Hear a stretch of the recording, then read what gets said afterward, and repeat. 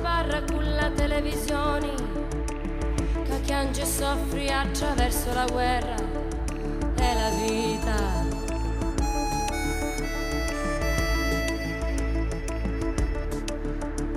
E la vita che ti abbraccia sotto la luna di notte, che ti lascia quando arriva la morte.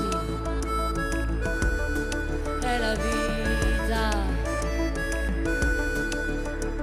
È la vita che ti dici dormi e sogna figlia mia, che ti chiama mentre eri lontano. È la vita, sì è la vita. È la voce che ti accarezza mentre il figlio nasce, sono i lacrime di quando è triste e solo,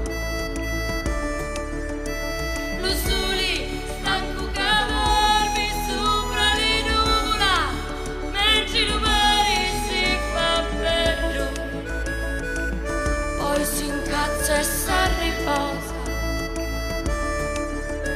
E la vita di Vituzzini che prigionieri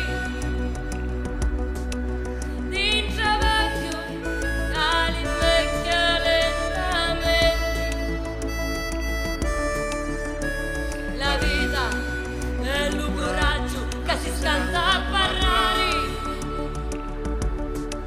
a qualche dono che non vuole sentire. Sì è la vita.